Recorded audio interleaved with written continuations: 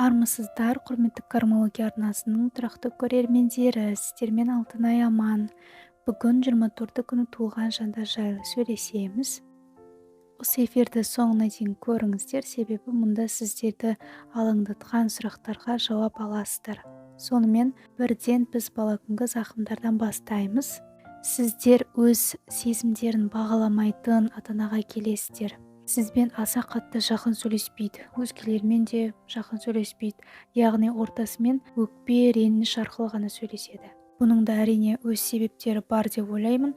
Ол кісілердің де жеке сандарын қарап шығу керек. Сол кезде бәлкім себебі шығар. Арнада туылған күн деген плейлист бар, соның үшін қарап шығыңыздар.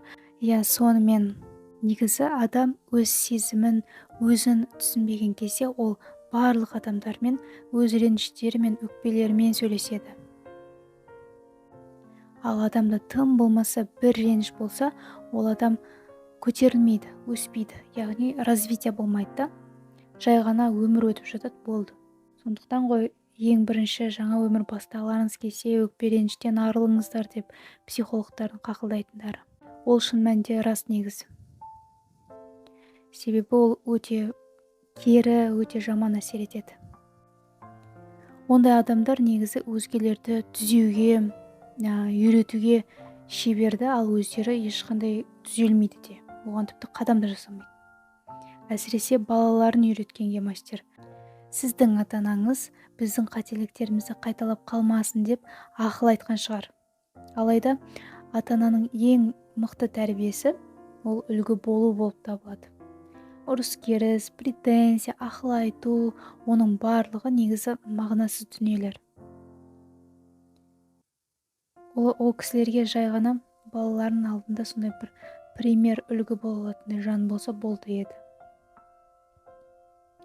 Себебі бала көргенін жасайды.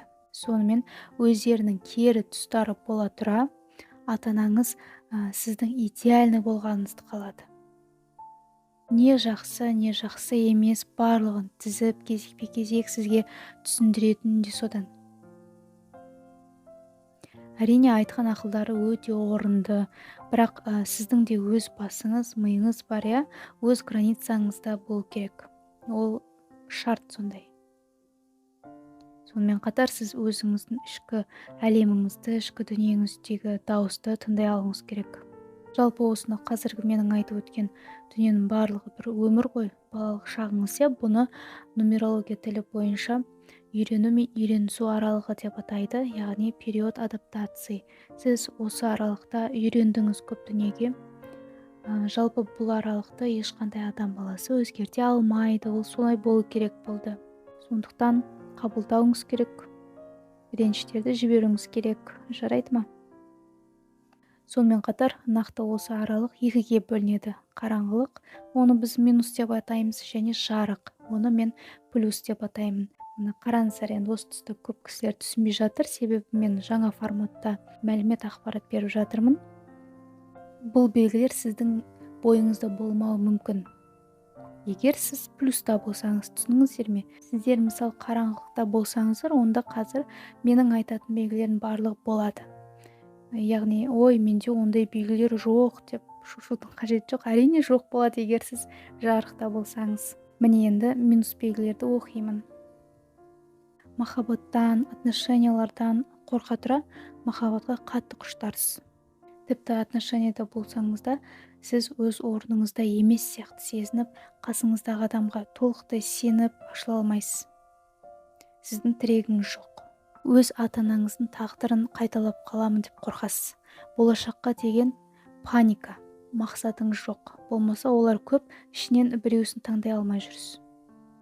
Яғни өміріңізде де, басыңызда да, мақсатыңызда да, ісіңізде де хаос, ызалы. Болмаса ызаңыз мүлдем жоқ. Күшіңізді сезесіз да, ішіңізде бар екен. Оны бірақ дұрыс жұмсай білмейсіз. Көңіл күйіңіз тез түсіп кетеді. Ренжігеніңізден соншалық бүкіл қалауыңыздың барлығын көміп сызып тастайсыз. Ішің пысатын өмір.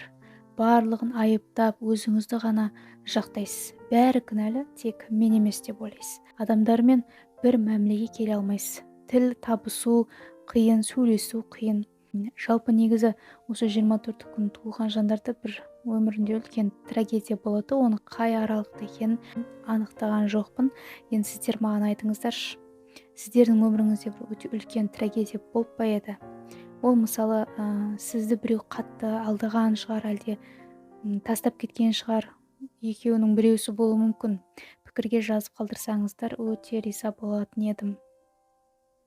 Нақты жалпы айтайын дегенім, нақты осы жағдайдан соң сіз іштей жабылып қалдыңыз, жүрегіңіз түбегейлі жауып тастадыңыз. Содан кейін осы сіздің өміріңіздегі барлық сфераларға әсер етіп келеді, яғни кері әсерін береді. Себебі сіз қараңғылықта жүрсіз ғой. Соның салдарынан сіз ешкімге сене алмай қалдыңыз. Солай ма?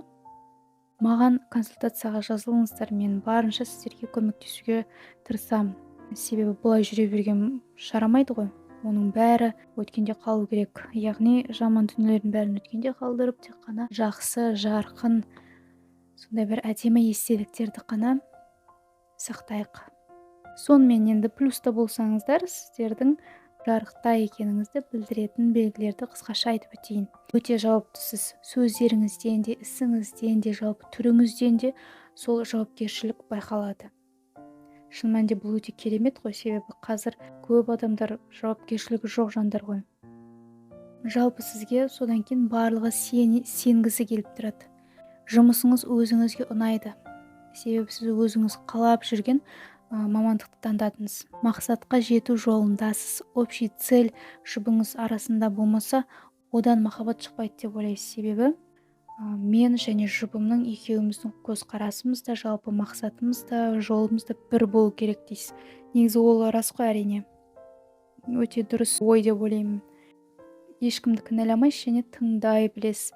Ішкі үніңізді тыңдай аласыз. Сонымен қатар дипломат, қалжыңбас, өте ашық жансыз. Жалпы сіздер жайлы көп дүние айтып беруге болады. Мен ең маңызды, ең басты деген осындай ақпараттарды жинап теріп алып сіздермен бөлісіп жатырмын.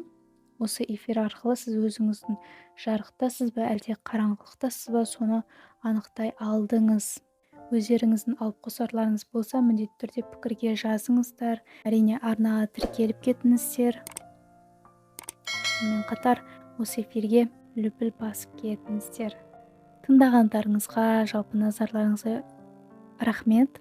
Сіздерге пайдалы болды деген ойдамын. Менің өзім мақсатым да сол. Әрбір адам өзін тани алса екен, тани білсе екен деген ойым ғана. Әлгі минус белгілерді өзіңіздің бойыңыздың көп тапсаңыздар, онда маған почтаға жазыңыздар. Жарық деген психологиялық программа бар, сондай сіздерді тездетіп жарыққа, яғни плюсқа шығаратын последовательный қадамдармен барлығы үй тапсырмасымен солай жазылған. Ол өте жақсы көмектеседі негізі. Сондықтан егер жарыққа шығамын десеңіздер, міндетті түрде почтаға жазып қалдырыңыздар. Сонымен қатар сіздер туылған күн деген плейлисттан 4 күні туылған және 6 күні туылған жандар жайлы ақпараттарды көріп кетіңіздер. Олардан да ішінен өзіңізге іліп алатын пайдалы ақпараттар бар. Ендеше келесі эфирде кездескенше сау болыңыздар.